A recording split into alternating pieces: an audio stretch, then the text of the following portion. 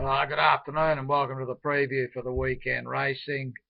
We go to Sydney on a rain-affected track, although there hasn't been any rain for over a day, so the track's going to get upgraded, I would think, to somewhere in the slow range. Don't be surprised if we don't get any rain all day Friday and Saturday, that we're probably closer to the dead than slow, which is going to affect a fair bit of the racing pattern and style for the day. I've gone through the cards for the day. There's a couple of interesting races. I'll touch more on Sydney when we get to that part. Starting at Ascot, not much of a program there, of course. Go to the last race. I think number 3, the Cavalieri, I think it's ready to win now. Has to go in as the main chance for me. Significant riding change, good barrier. Happy to have something on it at a price. Ascot race 8, number 3, the Cavalieri. We go to Caulfield, one very good race there. Race 6, the Victoria Handicap. Sistine Demon, racing really well, unbeaten at the distance, goes good at the track. The barrier's a problem, of course, drawn out wide. Not sure what's going to happen there. With a bit of luck, be able to slot in somewhere and charge home late. Mercia, it's won well at Newcastle and has trialled really well since, so I expect it to go all right. Natuzzi, the Kiwi, super ride last time to get it home. Weaved a terrific run through the field and swamped them late. The 1400, it's place 4 or 5. It's more a proficient 1200 metre horse rather than 14, but 4 out of 5 in the money can't knock it. Of the rest, Gig drawn well, Reparations again another one drawn well, and Mr. O'Kieran. If the rain was there, I'd put this in the top 3, but without the wet track, you might just send it around for a look. Catches a wet track anywhere in the next 2 runs, it's going to be hard to beat off the trial. Got 9 on top from 6, 17, chances to 4, 11 and 1. Probably include the 2 ready to rip as well. We go to race 7. That's the other interesting race. Banker Mo, if the rain was there, you'd declare this a good thing. The dry track, nowhere near as proficient. It's ready to win. It's just waiting for wet ground. If it comes tomorrow, then it'll be the one to beat. If it doesn't come tomorrow, then in the next run or 2, it's ready to go. Just needs to catch one wet track.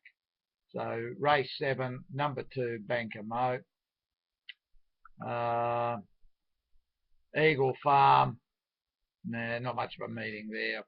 Past that, although in the last race, number 4, Knockabout. Now this was a terrific win for last start. Missed the kick, sat quietly at the back of the field, and just closed off nicely. Had them all, was all over at the 200. Just put them away, bolted in by 5, easing down. The jock's a bit of a question mark, but maybe that's going to help get a price. Wouldn't be taken under 5 or 6 to 1 in a race like this, especially with a jockey like that. But if you can get 5 or 6 to 1, I'll give it a reasonable chance. Eagle Farm, race 8, number 4, Knockabout.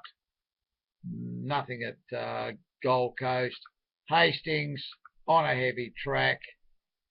Race 8, number 7, the Tidy Express. Now give this a chance. It was a very ordinary ride last start. Went forward and virtually gave it no hope. This is not an on-speed horse. Needs to be ridden very quiet. Colgan goes on it. That's a big plus. So Hastings, race 8, number 7, the Tidy Express. Kembla, no interest there. Oakbank, definitely no interest. We go to Randwick. For me, start at race 4. The first 3 races I don't like.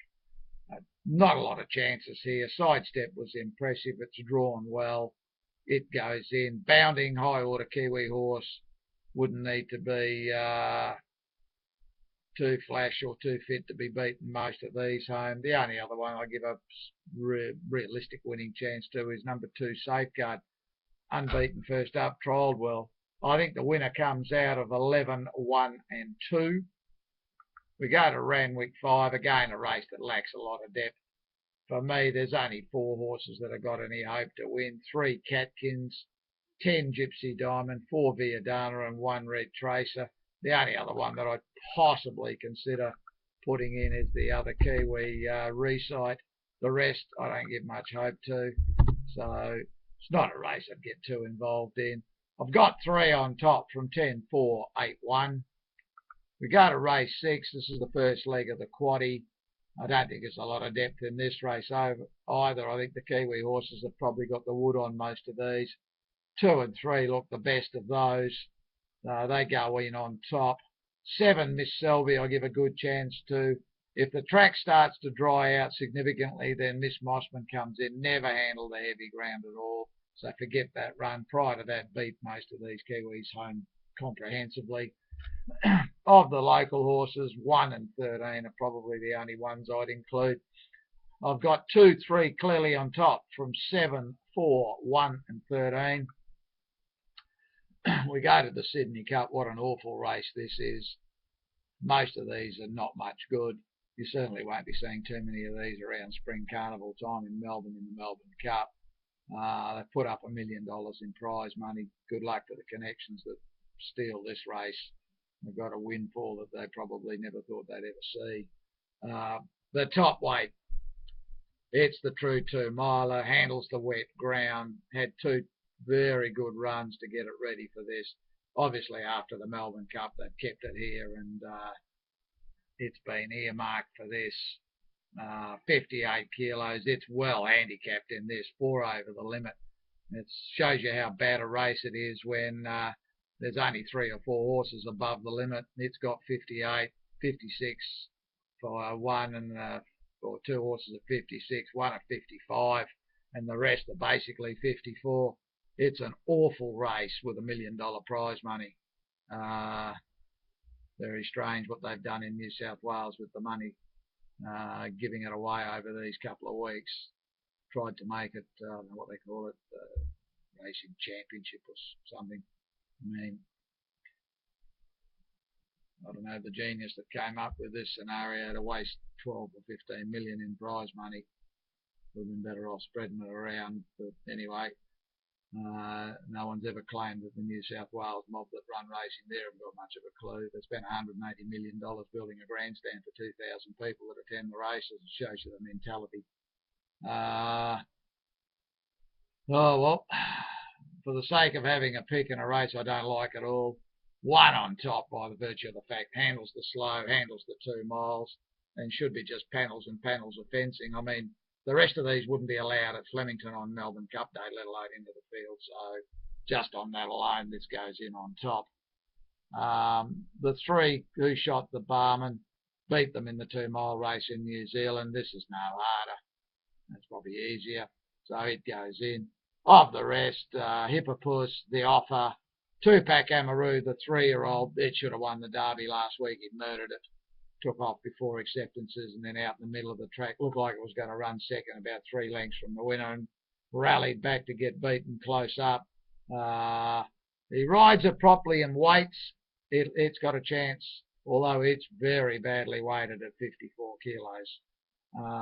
Of the rest, I don't know, maybe a Pingle Tremec you can put in to fall into a place somewhere. But 1 clearly on top from 3 and 11. 4, 7 next best. We go to race 8. $4 million up for grabs in effectively what's a 6-horse race. They've got, out of the only chances, in my opinion, the only ones that should be able to fill any of the placings are 2, 10, 3, 6, 5 and 11. The rest of these shouldn't be in the race. Maybe one of them can fall into 4th place. You never know. Maybe Dear Demi or Boban or Green Moon if the track gets a little bit better.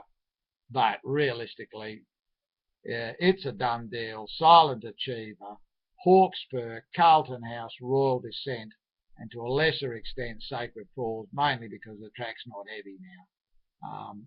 The winner's going to come out of those, and I'll be very surprised if they don't fill the 3 of the placings, if not 4. They put a quartet jackpot on there. I don't think we'll bother. I can't see how you can get anything out of the race. So we might just sit and watch. I like Hawkesbury. Its run in the Doncaster was terrific. Runs up to that, it's going to be hard to beat in this. The extra 400 is going to help. It's a done deal. Silent Achiever, Carlton House, Royal Descent, and Sacred Falls behind it. Don't like the race.